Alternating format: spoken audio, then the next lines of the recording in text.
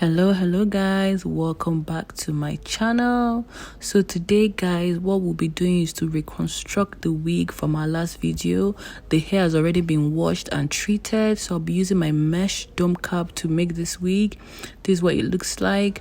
This is the frontal. Okay, it's already been washed and cleaned. So guys, that point where the curves at the side is where I'll be using as my guide, because in the last wig that was made, it was sitting directly in front of her ear. So when I'm placing it on the mesh cap, I'll be pushing that part out, okay, so that it will match her head size. So what I usually do is just fold the frontal into two, so that I'll be able to pinpoint the middle, okay, and just use it as a guide. Basically, you can actually eyeball it. I don't think it's compulsory to fold it into two. I just like to do that. So guys, I'll be using a sewing machine to make this wig, but however, I like to sew my frontal by hand with my needle and thread. So I'll just be showing you guys my method, okay, my stitching method for my frontals, my closures, and my bundles.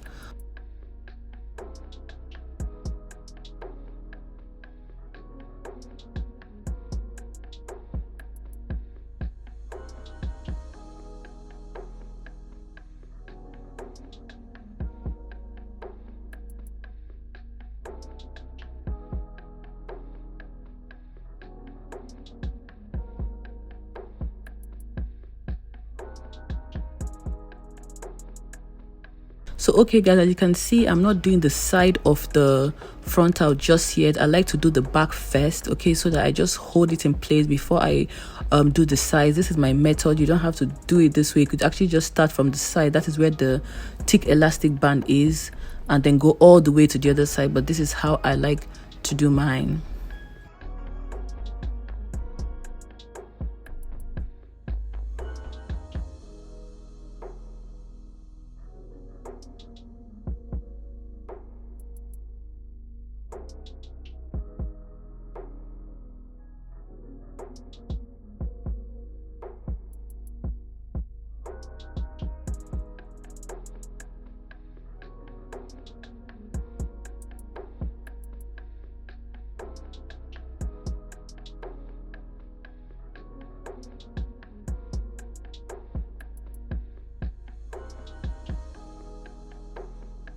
So okay guys, I'll just be showing you how I secure my thread once again. If you watched my last video, you will see how I secure my thread. It's basically the same thing, okay. This way it hardly unravels, okay, no matter how much you brush the hair or how long it have stayed, it always stays in place, okay. So this is a good method to end the ends of your thread. So this is what it looks like guys. You don't want to space it too much, because when we are sewing with our machine, the last weft is going to the thread is going to lap on this one, so you want to keep enough spacing. So guys, sorry I wasn't recording the part I put these lines, but I'll just be explaining what I did. So usually what I do is I take my T-pin and put it right through my the hole on my tape. If you have this tape, you can just do exactly what I'm doing. You want to allow the metal to stay directly in front of the frontal, okay, like this. And then what we'll do is to mark every inch, okay. We are going to use a 1 inch spacing. So this is the machine sewing guys. I really don't feel this is something I can actually explain in this video, so I'm just going to leave it for you guys to see. I'll be zooming out after this line so that you just have a clear picture of what the machine looks like and how I'm operating this machine. So these lines are just used to serve as a guide for when we are sewing with our machine. As you are sewing, if the wefts are bending to the side, you can always just lift it up and then put it back in place. So nothing too serious. You always want to front stitch and back stitch at the end, and also at the beginning of your sewing. I'll be leaving a different video entirely on how to use a machine, like a detailed video. For now, let's just enjoy the looks of it. So this is what it looks like. It's pretty neat. I use the zigzag stitching, okay, not the straight stitching. You use the zigzag stitching. Again, I'll be leaving a different video on that entirely. So usually, guys, people double the weft, but I didn't double the weft because these wefts were pretty thick and they were not enough. So if I had done that, I would probably not have enough hair for this. However, I had like a little piece at the end, and I just doubled that for the ending part. But you always want to look at the length of your weft to know if you should double or if you shouldn't double, so you don't run out of hair. So this is just me doubling the last piece that I'm going to use for the last sewing, the one close to the frontal.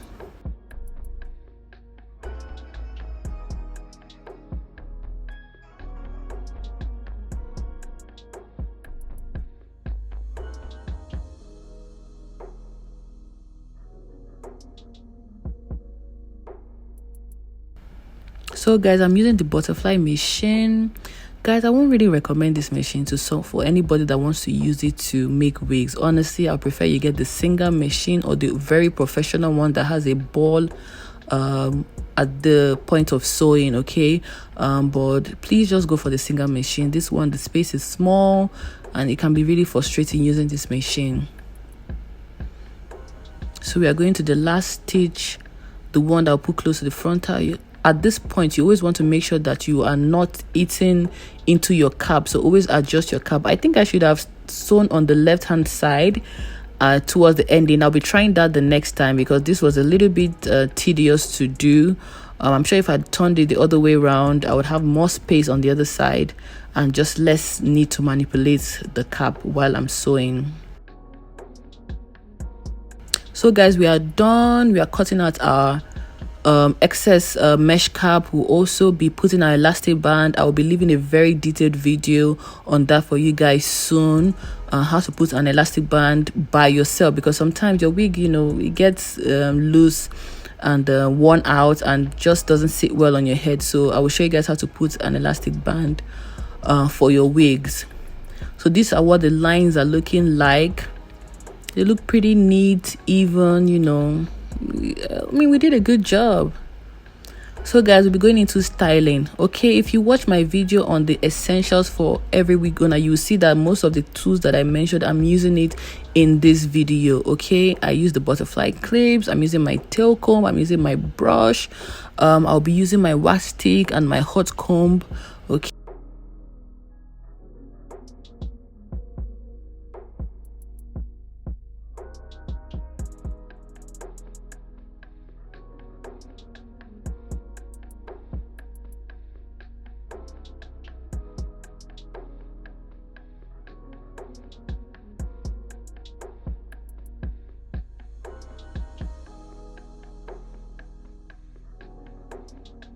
Guys, getting a wax stick is very important. I don't think you can use a hot comb without a wax stick, and I will not recommend you using your serums for this part. Please just get a wax stick. It lasts really long and it's pretty inexpensive.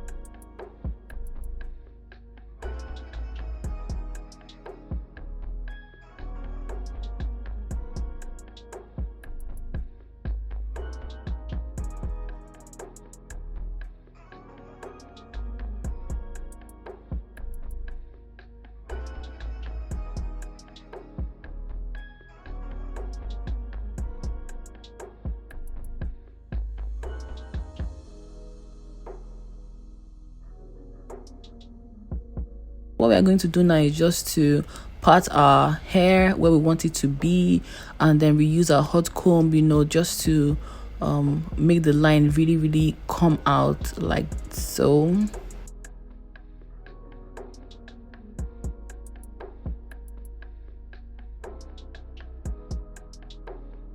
So again, guys, the hair have already been washed and treated. However, we still need to make those curls pop.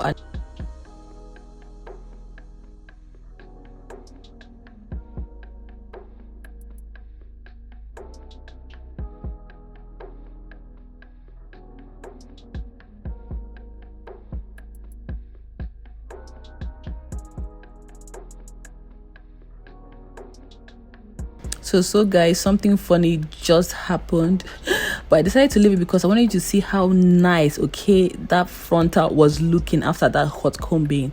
So you just want to brush, then use a small brush to redefine the curl patterns, okay? And that's basically it, guys. So this is what it looks like. I mean, compare this to my last video, you can see the difference, okay? I'm sure she will love this wig. I can't wait for her to get this wig. So that's it for this video, guys. I hope you enjoyed it. I can't wait to see you in my next video. Bye.